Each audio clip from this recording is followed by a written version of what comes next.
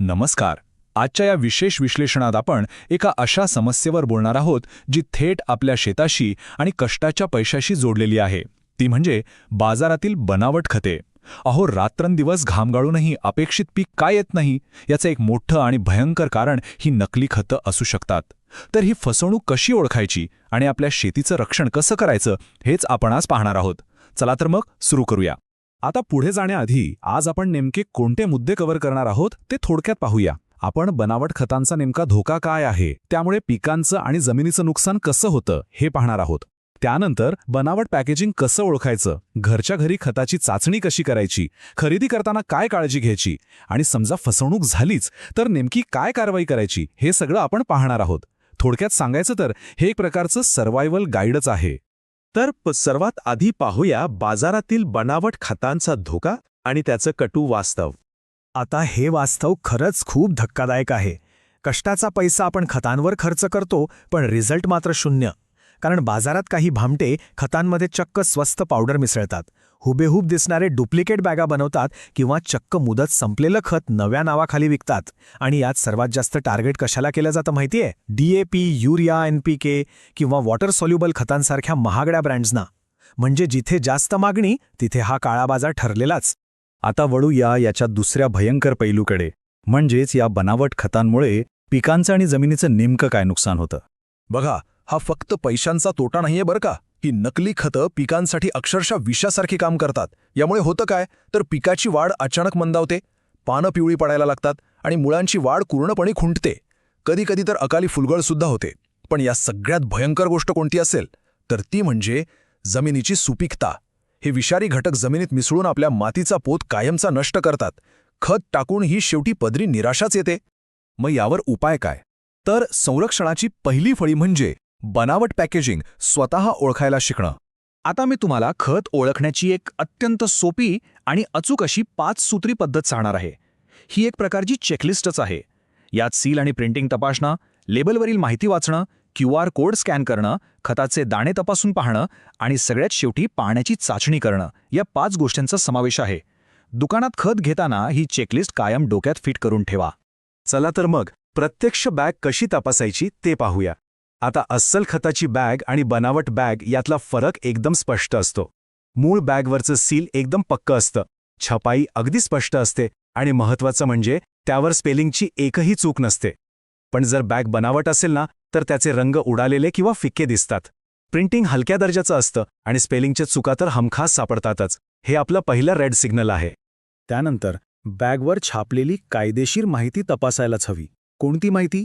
तर batch number, उत्पादन कधी झालंय ती तारीख म्हणजे मॅन्युफॅक्चरिंग डेट, एक्सपायरी डेट आणि सर्वात महत्त्वाचं FCO म्हणजेच खत नियंत्रण आदेशाचा तपशील.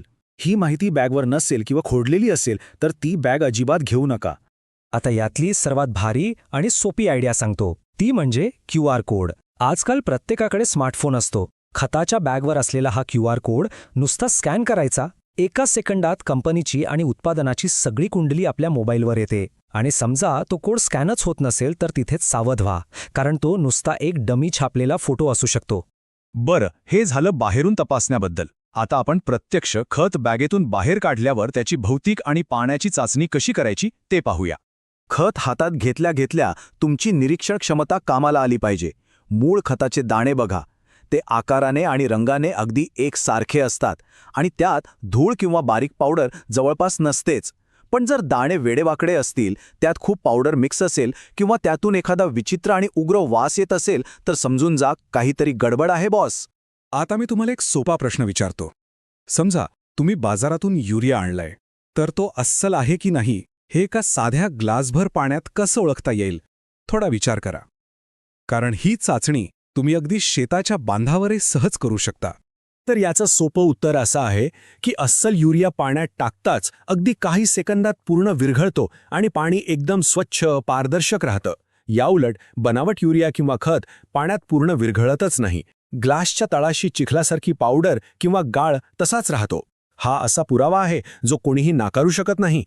खत कसं ओळखायचं हे तर आपण समजून घेतलं. आता पाहूया प्रत्यक्ष खरेदी करताना कोणती काळजी घ्यायची, जेणेकरून फसवणुकीची वेळच येणार नाही. हे काही बेसिक नियम आहेत जे नेहमी पाळलेच पाहिजेत. एक तर खत नेहमी शासनमान्य अधिकृत दुकानातूनच घ्या आणि पक्क बिल आवर्जून मागा. दुकानदार जर बिल द्यायला टाळाटाळ करत असेल तर तिथेच शंका घ्या.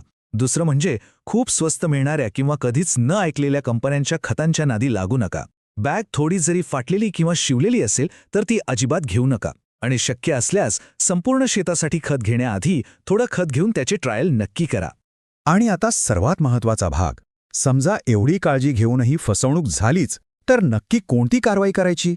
अशावेळी शांत बसून नुकसान सहन करण्यापेक्षा योग्य ती पावलं उचलणं खूप गरजेचं आहे. फसवणूक झाल्याचं लक्षात येताच सर्वात आधी ते मूळ बिल जपून ठेवा.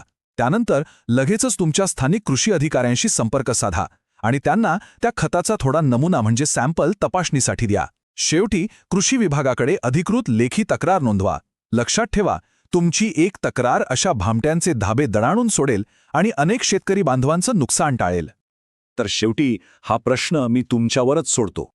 आपलं ऊन पावसातील कष्ट आणि घामाचा पैसा अशा बनावट खतांमुळे आपण वाया जाऊ द्यायचा का? नक्कीच नाही. आजपासून खत खरेदी करताना प्रत्येक वेळी त्याची सत्यता तपासा. शंका आल्यास प्रश्न विचारा. फसवणूक आढळल्यास तक्रार करा आणि आपल्या काळ्या आईचं रक्षण करा. या विश्लेषणातून मिळालेली माहिती नक्की अंमलात आणा. धन्यवाद.